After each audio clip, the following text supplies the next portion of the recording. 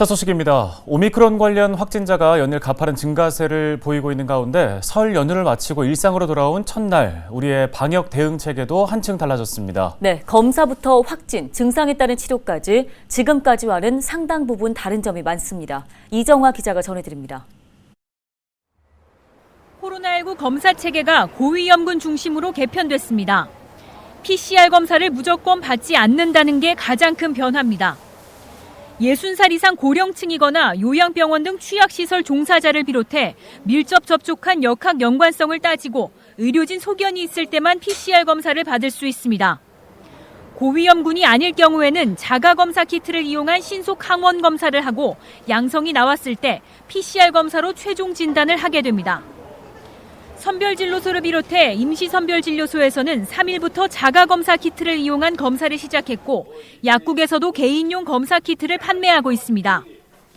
또 지정호흡기 진료기관에서 진찰비 5,000원을 내면 전문가용 신속 항원 검사를 받을 수 있습니다.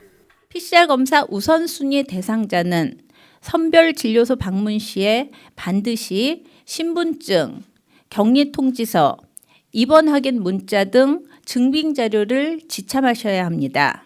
고위험군이 아니시라면 유증상 시에 신속 항원 검사를 받아주시고 양성인 경우 PCR 검사를 받아주시면 되겠습니다. 확진 이후 치료 방식도 달라집니다. 동네 병원에서 확진 판정을 받는 경우 비대면 모니터링과 경구용 치료제 처방 등 경증 환자 재택 치료 관리도 해당 병원에서 이루어집니다. 상황이 악화되거나 중증일 때만 병상이 배정됩니다. 지정병원은 코로나19 호흡기 전담 클리닉 홈페이지에서 확인 가능합니다.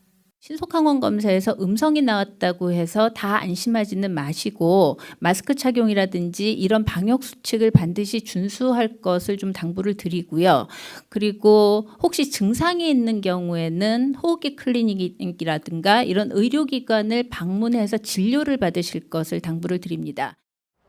3일 기준 국내 코로나19 신규 확진자는 경기 6,500여 명, 인천 1,500여 명 등을 포함해 22,000여 명을 넘어선 가운데 오미크론 확산과 설 연휴의 영향으로 당분간 확진자는 늘어날 것으로 보입니다.